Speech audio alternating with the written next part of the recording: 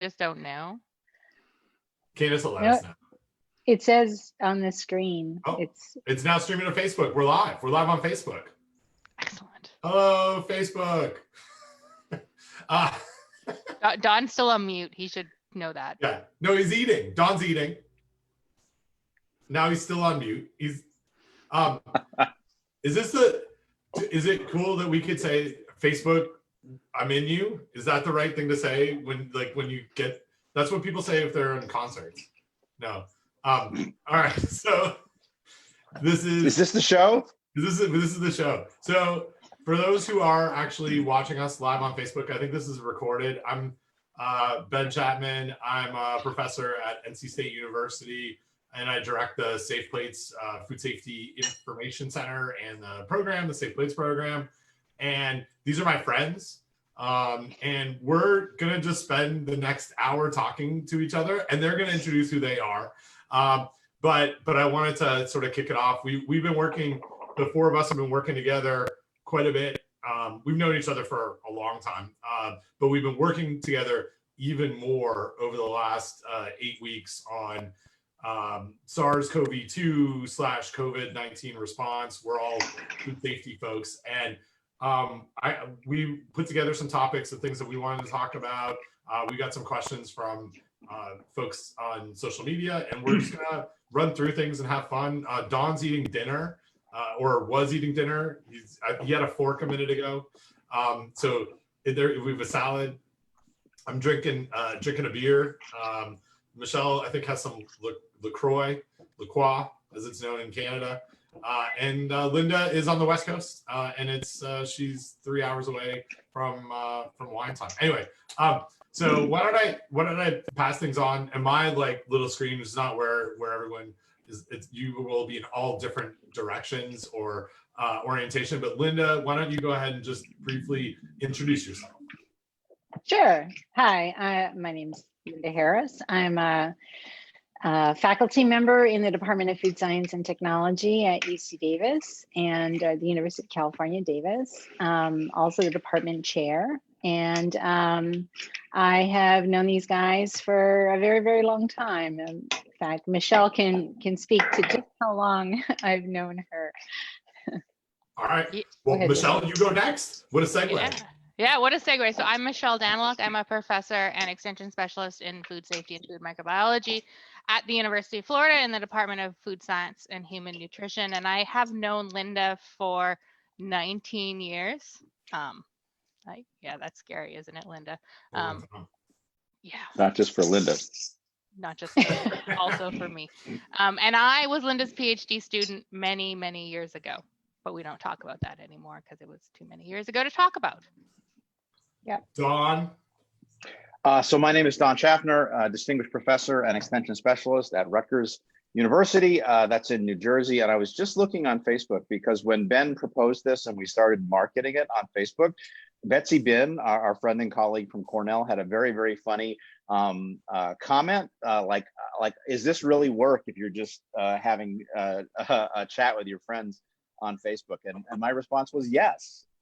It's all work. If we're doing it for work, it's for work. It's for work, exactly.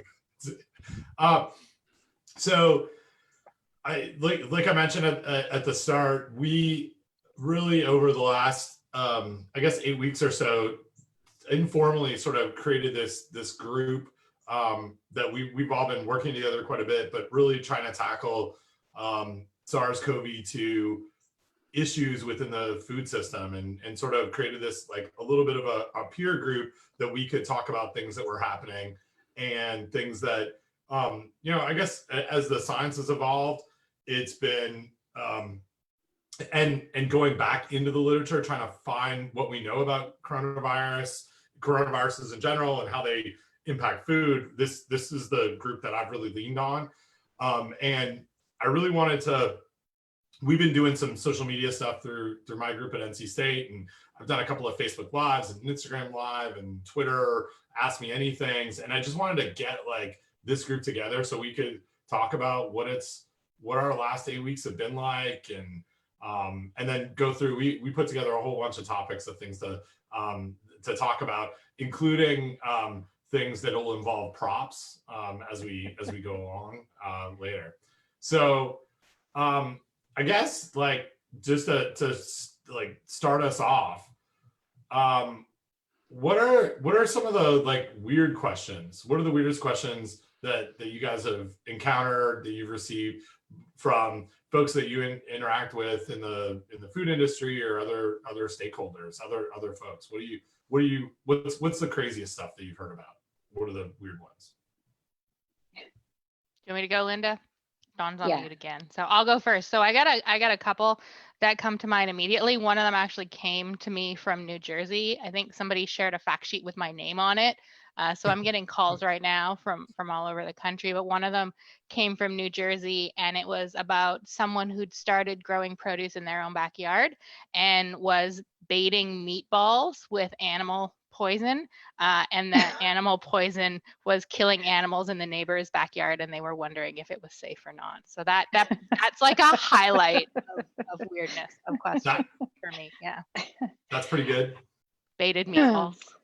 What Yeah, does that have to do with COVID-19? Nothing. It's just weird. Well, Okay. except that there is an uptick of people planting their own gardens, Right. food gardens, Yeah. as a consequence of concerns about supply chain. So, yeah, so it is related, Dawn, because maybe this person would not have had a garden planted and would have no need to put out Baited meatballs. Baited lace. meatballs. That's just not a really good way to control. Yeah, Animal that's not. intrusion? No, not winning. No. And No, 'cause unfortunately, it could kill the like owls and raptors and and it could kill pets and just really, I hope you nipped that one in the bud. well, but Linda, what the question didn't come from the person with the baited meatballs. It came from the neighbor with the residual dead Oh. animals. So, Yeah, I would. Yeah. Yeah. Well, I'm sorry yeah, about that. I handed it off to the very capable extension agents in New Jersey. Excellent. Good. Mm-hmm. Linda, have you had any weird questions? Not that comes to mind. No, I think, most of the questions are just people trying to manage this at an individual level, right? And, the last 8 weeks have just, the concept of taking in information with a fire hose, I think, is a really apt one, because it just seems that the information is coming from so many different places. And I know that all of us, kind of focus on the food safety thing, but everybody else is, trying to absorb that information and other information about their work and what's going on in their community, what's going on in their state, what's going on globally. It's just a lot, I think, for the average person to take in while they're trying to go about their day. So yeah, I agree. I think one thing, I don't think any of us have ever, I know none of us have ever really experienced anything like this, where for the last 8 weeks, there's only been one story, right? Like there's no other, either, if you watch any sort of news, it's one thing. Yeah. And I get to a point where I have to turn it off. Actually, I can't listen to it anymore. So yeah. What about you, Don? You get all the questions. I get lots of weird questions. So the thing that the pandemic most reminds me of is a couple of years ago, we published a paper on the 5-second rule, and my media contacts blew up. This is like that, except it's not stopping, and it's not just this one. It's not just my take on this story, right? It's everyone's hot takes on the story. And I've had a lot of weird questions. The most recent weird question is, would spraying vodka onto cloth masks not kill the virus on the mask? Would not spraying this on your clothing also be useful? one can imagine the virus getting trapped on one's clothing and then just moving and hitting your shirt. You could dislodge and propel the virus upwards into your nostrils. I can also get the vodka to 70% by distillation, but if 40% is effective, this should suffice. This I think I forwarded this email chain to you guys. We'll keep the person anonymous because they did not ask that their contact information be revealed. But let's just say this person is a PhD chemist who maybe doesn't always understand microbiology or inactivation kinetics. So yeah, lots of weird stuff going on out there. So yeah, that was it. You know, I just think that there are better uses for vodka than well, that's what I said. I said drink it. And then you know, and not isopropyl to, alcohol on the other hand, well, you know, you don't want to drink that, but you know, it's like, well, sorry. and if you want to sanitize a hard surface, spray it with ethanol, 70%, spray it with isopropyl alcohol, better yet, right? But like the question is it going to work on a cotton mask? And my gut is no, it's not going to work on a cotton mask.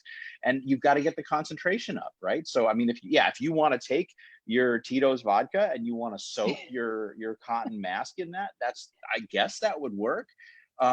I guess after you take it out of the vodka, you can light it on fire. Horrible waste of vodka. You know, I mean, there's just so many things wrong with it. Don't light it on fire. Don't. No fire. Actually, is Tito's vodka flammable? It's not. You have to be at 151 proof. If it was distilled to be 70. Well, yeah. We don't recommend this. We're just saying it's a theoretical possibility. At all. Is there a disclaimer, Ben? Can we get some of your people to put a little thing at the bottom saying don't follow, don't light your mask on don't fire. do this at home. Don't do this at home. Satire. Well, and also, like, is this just a way to go around smelling like vodka all the time? Which is like, not good either. It's for coronavirus reasons. I'm sorry. Actually, vodka. I think vodka doesn't have a smell, right? So right. It's the no-tell. It was from Seinfeld, right? No tell, no smell, no tell. Yeah. So are we getting questions in the chat? Yeah, we're getting questions in the chat. So there's a question here from Kyle Nickel. I'm curious if servers in the restaurant industry are going to even be able to, quote, serve customers their food. How far away are servers going to need to stay away? That's 6 feet. It's a whole new market for like special devices. Yeah, no, like the pizza, like putting the pizza in the oven. Yeah. Again, don't listen to Dawn. Very long armed people will be. Like Inspector Gadget armed people. Yeah. I think that those things are things that the restaurant industry is definitely trying to figure out, right? In California, we're not at the point where restaurants are allowed to be open yet. I think there are other states who are technically at that place, and I'm not sure. So what are they doing in Florida? I mean, the servers are wearing masks. Yep, masks and gloves. Masks and gloves. Yeah.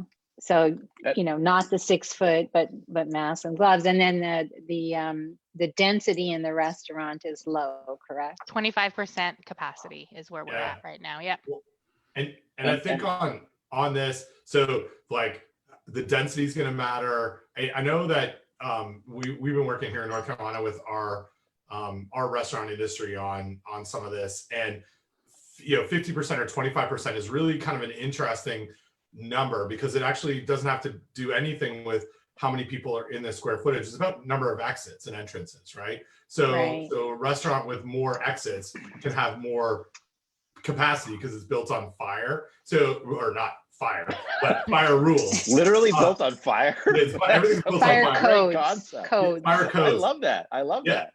But I think like it's that like struggling with, okay, we're at 50% capacity or whatever it is, plus how are we going to manage not being close to people? And then how will we actually, and to Kyle's comment here or question, it's like, well, but I have to get this food to someone. So I really think it's going to be, part of going to a restaurant in the past has been that service, right? Someone's checking in with you a bunch of times. Do you need anything? They're there, Right. they're back and forth. And I think that for the foreseeable future, I mean, I don't even want to put a time frame on it, but it's not the next 2 weeks. It's much longer than that. It's going to be like, here's your stuff and I'm out. I'm moving away. That's the kind of place I want to go eat at. I don't want someone lingering there. Well, and then to have, you know, touchless systems of paying.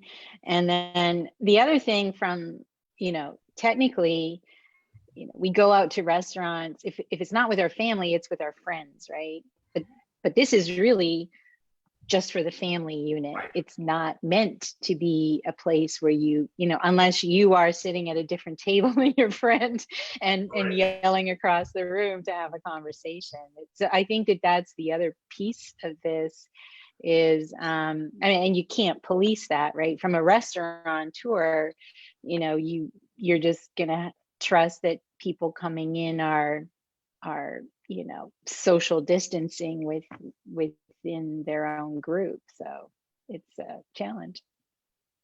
Yeah, and I did an interview today with a reporter from San Diego about Soup Plantation, which apparently is based in San Diego, and they announced today that they're closing, right? And so this is a buffet style restaurant, and we talked a lot. I talked with the reporter about the idea that, you know, buffet restaurants are probably not going to be coming back, even if other restaurants do come back, right? Because those buffets where you have those common touch points of all of those utensils, that's going to be a logistical nightmare to keep that sanitary, right? I mean, we know for sure that buffets have spread norovirus on cruise ships, and certainly buffets represent a situation where we could also spread COVID-19. Yeah, and I think we're like looking at how things happen here in North Carolina, and I think that we have a lot of buffets and buffet style restaurants in the South, more than I had ever grown up with in Canada. But I think what's going to happen is that it'll change. Like that restaurant may still be open, but there'll be a lot of like server service of people standing there. You go get your stuff. Which of these 4 things do you want? Like a cafeteria setting. Yeah. Let me scoot, because it will, like, it, you know, I think there are ways to manage it, and that's the logistical question, right? It's like, okay, so if you're going to try and clean and disinfect these high touch points, how often are you going to do it? What's the labor involved with that? Or is it just easier to change your model for the next, you know, for the foreseeable future? And it's not just buffets. Right. Go ahead, Don. No, that's okay. That's what the reporter suggested, is like a lot of these like grocery stores that have these buffets, they're just going to portion things as single service, which is not great in terms of packaging, right? So it's a trade-off, right? Like we're going to create more packaging, but we're going to manage COVID-19 risk. So yeah, but I cut you off, Michelle. Go ahead. Yeah, no, I was going to say it's not just buffets too, right? It's any restaurant you walked into where there were common touch points like a refrigerator, a sliding glass dairy case where you'd reach in to grab a soda out of, or a drink, or or a Coke if you're in the far South like Ben. Yeah, it's always a Coke. Or even like at a coffee bar and you're mixing your own, you know, cream and sugar. I mean, I think all of those things are going away for the foreseeable future. Everywhere is going to be like Tim Hortons, where Ben grew up, where you asked for your double, right? I mean, that's going to be our new normal. Right. Yeah. One in a place like, you know, Starbucks or any of the coffee places where there is that condiment station, it becomes a decision point, right? So what is it going to cost? What is it going to cost for me to have an employee do that cleaning and disinfection in between people, or manage reducing that risk versus, you know what, we're just going to fill it for you, like that. I think that decision in some cases may be made, like in some states it may be made for the businesses. In our state, I don't think it will be. I think it'll be kind of like up to the business to figure out, here's the goal. You do this. Like if you want to, you may need to change how you're planning your meals and how you're handling condiments. The other thing that, I mean, we haven't talked about too much, but I think about is like quick serve restaurants and just putting my hands into like, you know, a bit of ketchup packets, not ketchup, but packets, or drink stations. right? Like I'm gonna go and just fill up Yeah. all of those things. Well, I think all of maybe- those things are going to be, they were going to have to be modified. And part of me thinks that if it is up to the individual restaurant, which is always, you know, you want the industry to take ownership of how they're going to manage risk.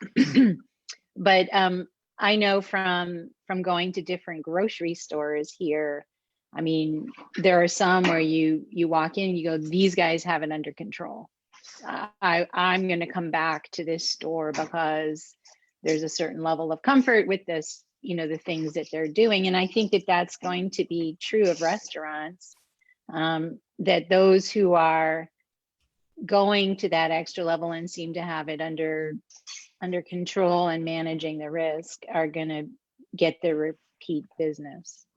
That's my Well, but maybe the solution, if you're looking for, like, if you're a mom and pop restaurant and you don't have the resources, maybe you just put the condiment station and a big bottle of hand sanitizer, and you say, manage your own risk, right? Good luck. Yeah. Yeah. good luck.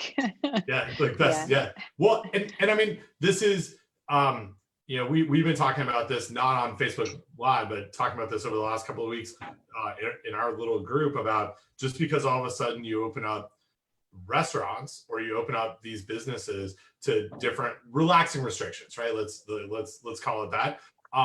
Ramping up. Yeah. Repopulating, I think, was the word we heard. I heard Repopulating, today. one of the best, yes.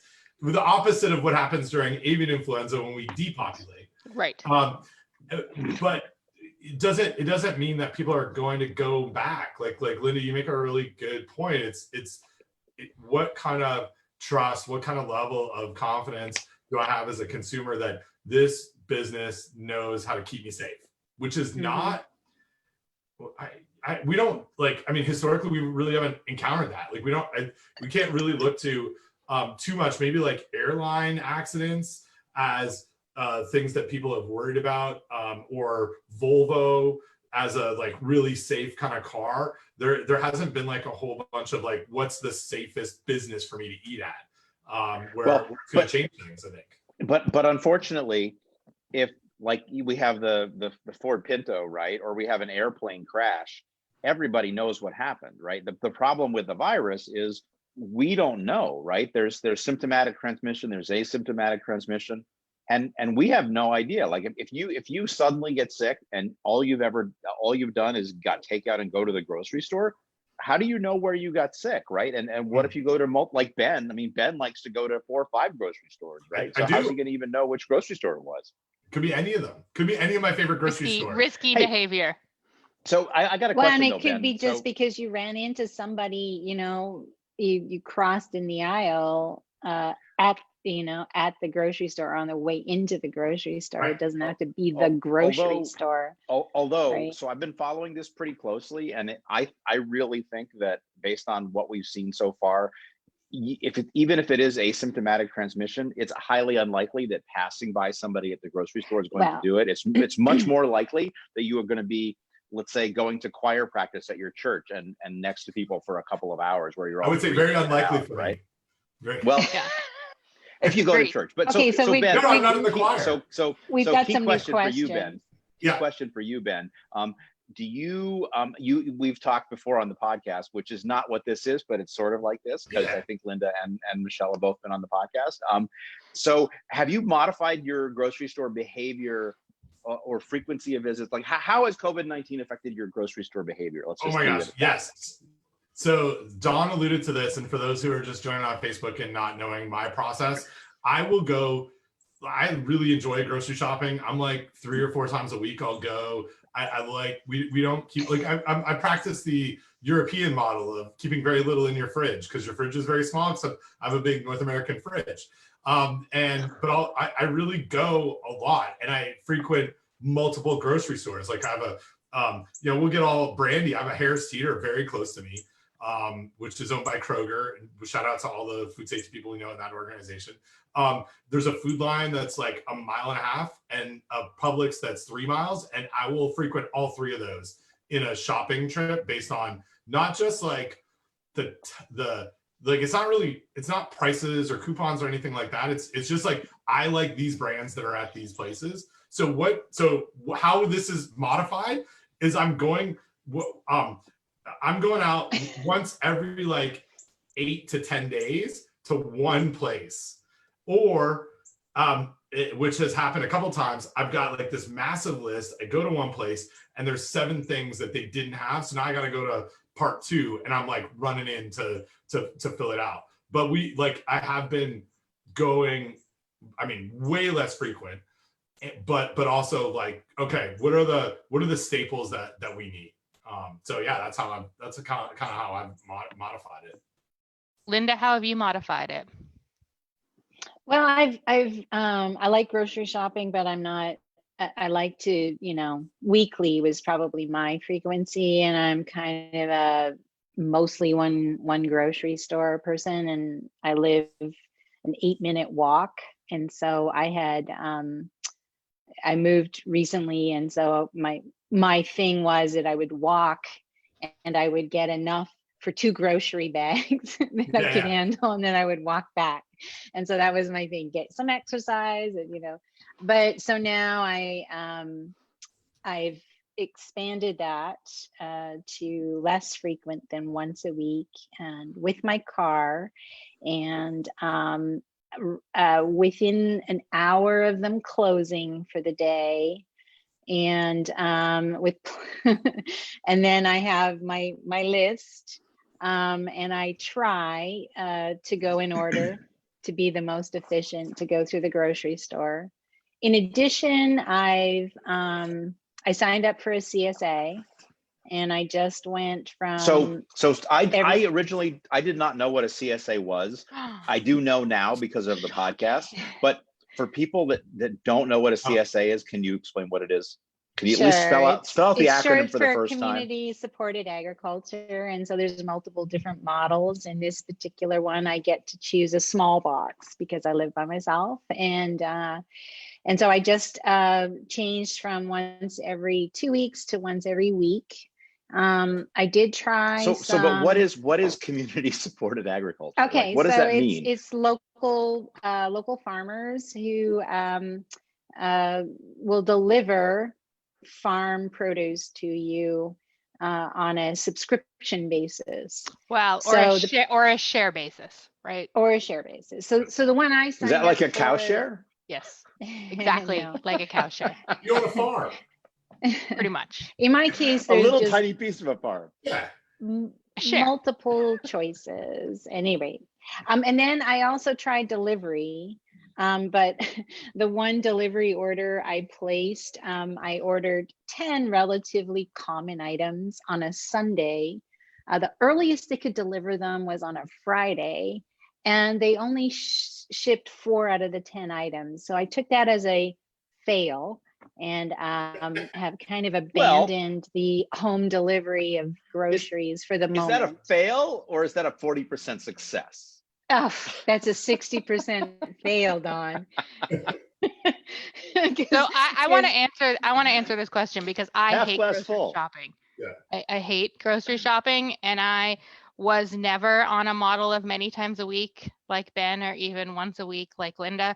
And I have been using online ordering and delivery of groceries for years, since Publix, and we'll put out there Publix. Shout out to all the food safety people at Publix grocery stores as well. I've been using their either delivery service or online order and pickup service for as long as I can remember. I've been a member of my CSA, of which I own a very little share on, for probably 4 or 5 years at this point. And so my grocery behaviors have changed very little, other than I found myself hoarding items at the very beginning because I felt like this was a hurricane and I bought a lot of hurricane snacks.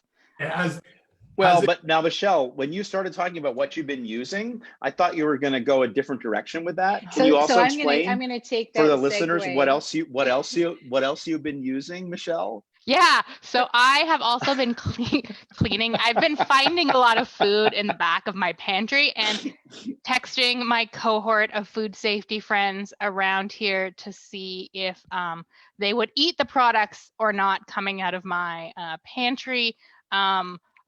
Different opinions from all of the people here. Linda has also been finding some older food in her pantry. And I'm working on clearing it out. Working This on is a clearing it out. wonderful opportunity. And honestly, I apparently hoard a lot of hurricane food because I brought my prop. I recently found a 6-pack of ramen soup in the back of one of my cupboards, and it expired in 2007. So Is it expire, risky I or think not? we should be careful. It's the Best before? best before date. It doesn't say. It just says, what does it say? June so 28th, 07. Okay, 07. So I was prompted with that to go into my cupboard and find the very oldest thing I could find in my cupboard. And the date on mine is December 1st of 2006.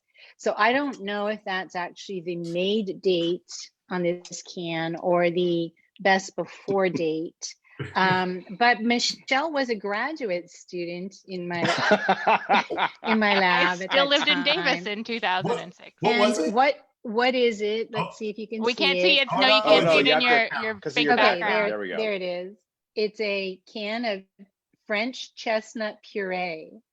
What I would what not. would you use? Sounds Okay, disgusting, so- even if it's so- fresh. So I thought to myself, why did I buy the can of chestnut puree? In 2005. Other props here. To be I honest, no. I How many did- times have any of us asked that question? Yeah. This recipe from Bonnie Stern, a Canadian cookbook. I got to take off my background here. Oh, there you so go. You're guys good now. can see. Dessert. Yeah, and is signed by the author, in fact. And there is a recipe in here for a chestnut cake, and then a second recipe in can't see it It's either. gone. Okay, yeah, there we go. In this book, Quick breads. a second chestnut recipe. So now I'm I inspired. love that Linda came with props. How Can I- awesome is this? I'm hang inspired on. to use this and tell you just how good that cake is. I'm But out. for Ben, I Oh, there's also more. found. Ben, you've lost control. This is great. I've also found a 2011 best before pectin package. I'm trying to call a timeout here. She's not listening. She doesn't Yeah. understand the sports signals. Ben, I can just- you mute Linda? Yeah. No, I can't. I will. I just- So here's the thing. Somebody asked a question, am I going to Yeah. eat the ramen? Absolutely yes. But I would not eat the can of chestnut puree, and here's Why? why. Because Oh, back in okay. 2006, they still used BPA in the can linings, and so it's a potential chemical hazard risk, and I do not How want do it you know this That's can had Michelle's BPA? because all of the cans had BPA back then. Yeah, but Linda's old. It's true. Fair. You've had so much BPA Fair. already. I know. No. I like, so for Seriously. example, in my can of bad things, the Summer Crisp corn, which expired in 2010, not going to eat it, BPA in the can lining, but the ramen I'm all in. Okay. Pizza for dinner. I'm definitely going to eat it. Sorry, I didn't bring any real props. I mean, I brought beer. Okay, we have a couple more questions on things that we talked about. Okay. So I'm gonna go back. Marcia Aralar Young asks, "Are CSAs regulated?" So this is kind of an interesting one. Sort of. As much as farms are regulated, right? And so there's, I mean, all of us kind of work a little bit in this area. Back before, 10 years ago, there wasn't a whole lot of food safety regulation related to produce on farms, and the Food Safety Modernization Act changed that. There's a produce rule that's related to that, but there are exemptions to that rule. So I'd say that, like, my quick answer is that CSAs are regulated. There are regulations that apply to them that are food safety related, but they're exempt from many of the rules that many, depending on their size and where they're shipping things, Yeah. that others maybe part of. In this particular case, they have a really broad distribution. I think and multiple, like they have 7 or 8 different models, and so I think they exceed the exemption Don, what are Yeah, you doing? He's We gotta- we're saying hi to Brett Michaels, his dog. Brett Michaels is here. Gibbs, his name is Gibbs. Yes, Stop yes. it. So I will say, Linda, unlike your CSA that probably meets the monetary qualifications to be exempt, Yeah. the CSA that I belong to, I think, and the monetary qualifications that are exempt is if they're less than $25,000 and $2,011, and I can't remember the inflation rate, it's something like $28,000 a year of income, they'll be exempt. And then if they're between that level and about $250,000, but they sell all their products within a 250-mile radius or within state, then they will also be exempt. Mine certainly falls into that exempt category. They have a farm stand and they do pick up CSAs only. So mine is not regulated, but the reason I found them was because I was trying to recruit CSAs into a food safety grant that Ben was writing with me. And then I joined them and then the grant never got funded. And so I've never done any food safety work with them, but I think that they're wonderful. Bilberry Family Farms in Auburndale, Florida. Cool. Well, and also I want to. They're not a sponsor. They're not Yeah, a sponsor. no, yeah. It's a CSA. Don, is there a CSA you'd like to tell me about? No. One We thing missed another question. If you're just Oh yeah. Oh, Well, we missed because- more than one. We there's missed a all couple of more. them. We're There's So one totally off the rails. Yeah. what long-term impact I think is if you go up that. Yep. And there's a second one. So let me read these out. Kiwi asks, what long-term impact do you think the pandemic will have on hand hygiene and sanitization of food contact and non-food contact surfaces at retail foods? And then I'm going to ask another related question. Kara Morgan asks, have you thought about how food safety practices may be impacted as an unintended consequence of all the things we're doing to prevent illness from COVID-19? What do you guys think? Well, yeah, I mean, I think this is, hand washing is a universal practice that helps reduce all sorts of illnesses, including foodborne illnesses. So that and clean, sanitize, hand hygiene, all of those things are the things that we preach about food safety. And so I think that this is going to have an impact, a positive impact on reducing foodborne illness. The question is how long? I mean, certainly we have a long way to go to get through this pandemic, but how long after that will we, maintain those new behaviors that we've put into place? And they say that for a new behavior to take hold, you need 3 to 6 weeks of doing that behavior, and certainly we will have those long periods of, reinforcing those behaviors. So I think it could be positive. I thought it was going to be over by Easter. I heard it was going to be done by Easter, the pandemic. Is that not true? Different, yeah. Easter 2021. Is it Orthodox Easter? It's the next Sunday. But. I think Easter Island. I think in terms of this question around sort of long time sanitization of food contact surfaces, I don't know how much cleaning and sanitizing food contact surfaces has changed or will change. At least my messaging on food contact surfaces hasn't changed. Where I've seen the biggest change is the non-food contact surfaces that are common touch points, right? I think the focus on the non-food contact surfaces and the cleaning and sanitizing and the frequency of cleaning and sanitizing those things is where I think long-term we might see the biggest change, right? Because I think, if you talk about a master sanitation schedule, a doorknob might be on there once a week or a light switch might be on there once a week. And now it's every day. And I don't know, I hope to believe that sort of increase in the non-food contact surfaces that are high touch points will last long-term. Yeah, and I wonder how that impacts things like something like norovirus with really stable virus in the environment that we weren't really paying attention to doorknobs before at the same rate. And to what extent do doorknobs transmit norovirus or COVID-19? Right. Yeah. One thing I'm worried about with this is that. So the question is like, all right, what do we think this is going to do for food safety in the long term? And what we collectively, the four of us and many others, rely on is looking at data, public health data, stuff like FoodNet that comes out from CDC. And I worry that we're going to not have data because all the people, there are two things I think are happening. One is there's probably way less reporting of foodborne illness through the traditional means because people are staying away from healthcare providers and hospitals and not providing stool samples. Like I think it'll look like foodborne illness went down. And I think it's because underreporting went way, way, way up. And the people that do the investigations, they're finite, right? And they're working on SARS-CoV-2. They're not investigating foodborne illness outbreaks in the same way that we have been. And then if people are eating more at home, we know for sure that foodborne illness outbreaks in the home are way underreported, right? And so just because it's you're gonna tell the local health department that you undercook your lasagna and you know people in your family got sick? I don't think so. Yeah. So I think it's gonna be like, I bet you it'll net out. Right? Like our practices have gone up, we'll probably reduce risk. The amount that we're catching is going to go way, way down. And it's going to look like this on the estimates over time.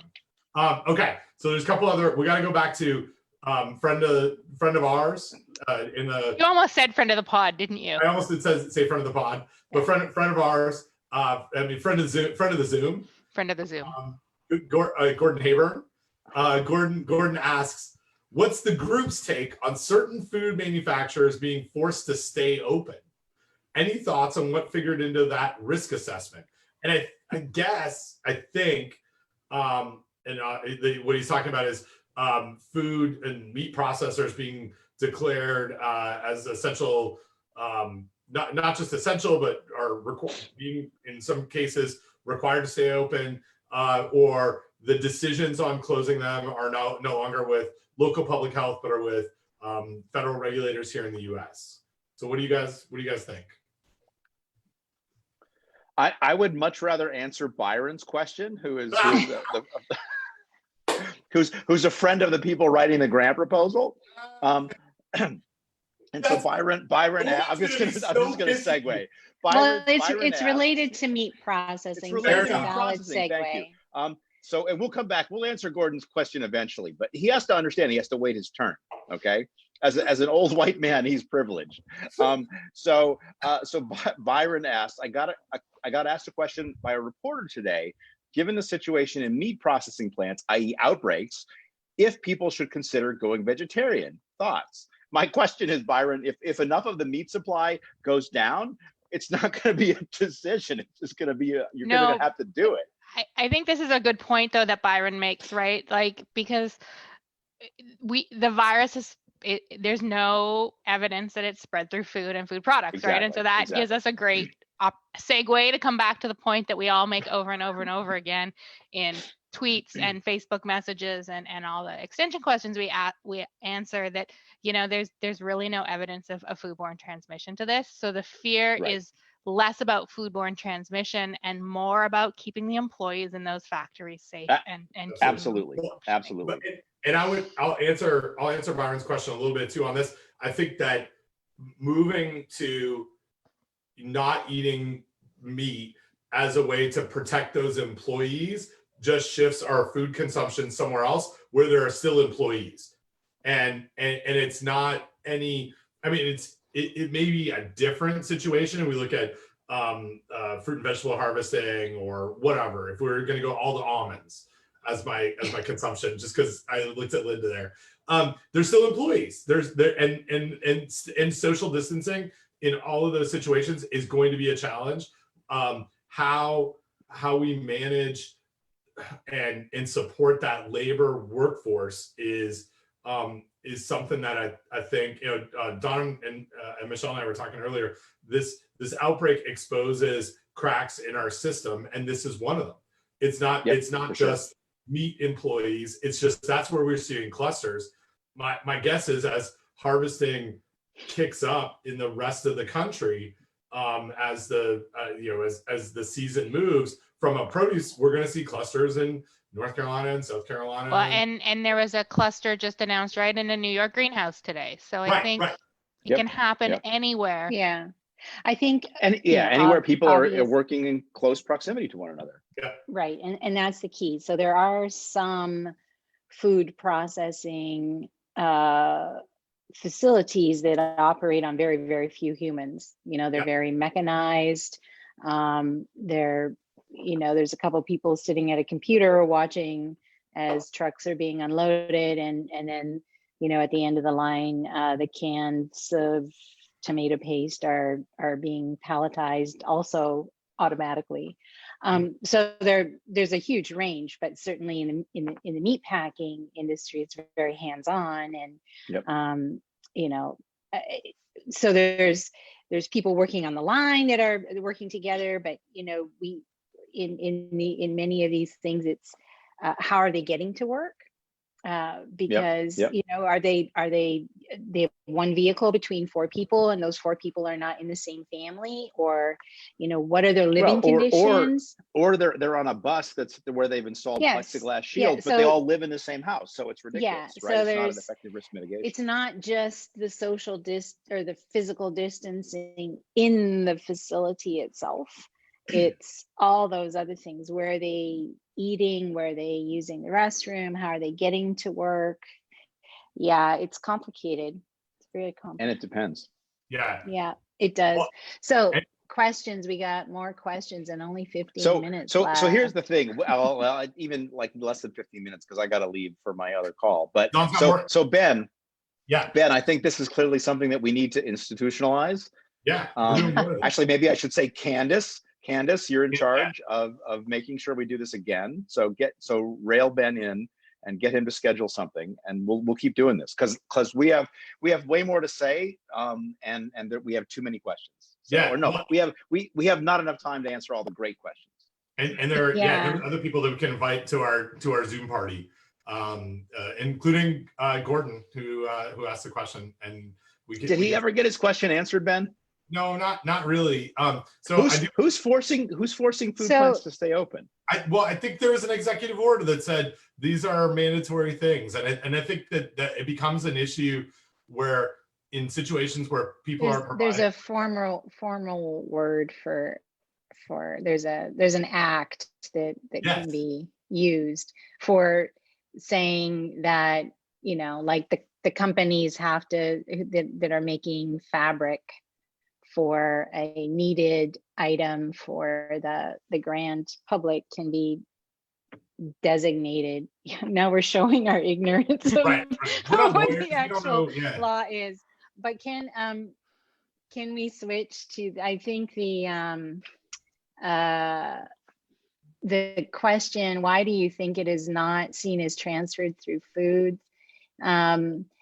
I think I would like to answer, you know, I think we could spend 15 minutes on that question. And so I think that's a really important question to answer.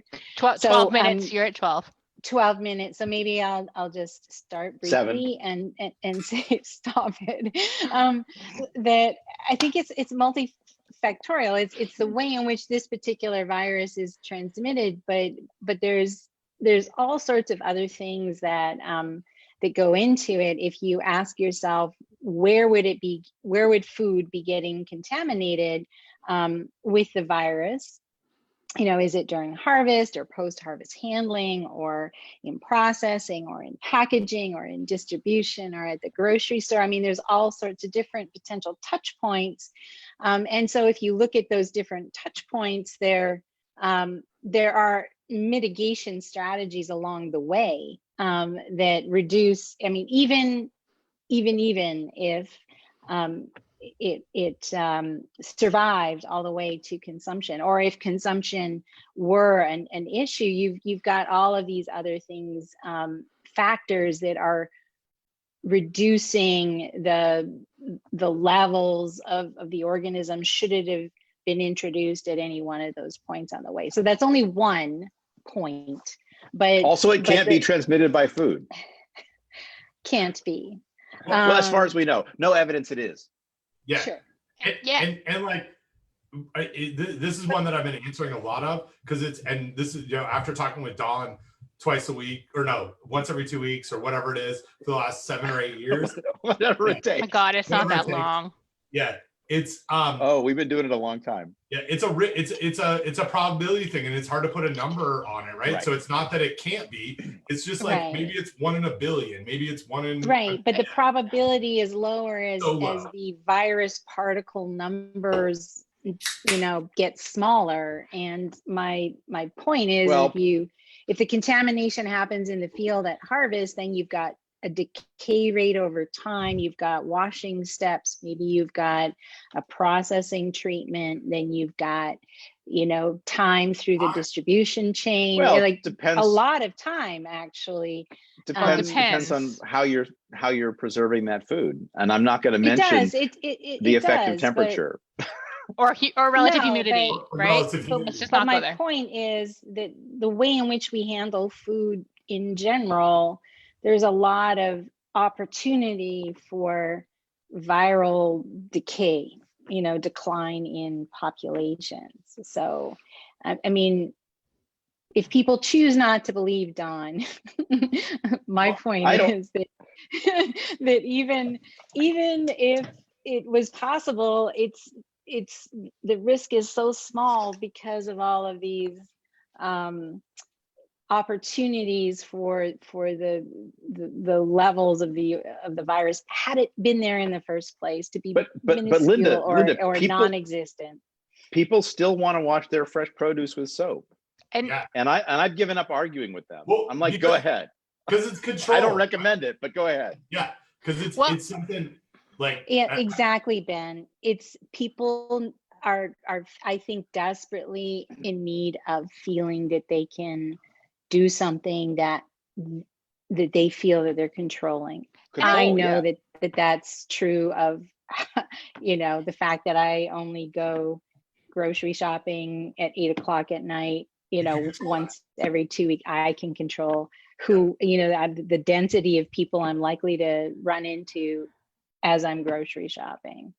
Yeah. And I guess two things that I've used multiple times in talking about this is that it's sexier. It really is sexier to say, like, you should do something, right? Yeah.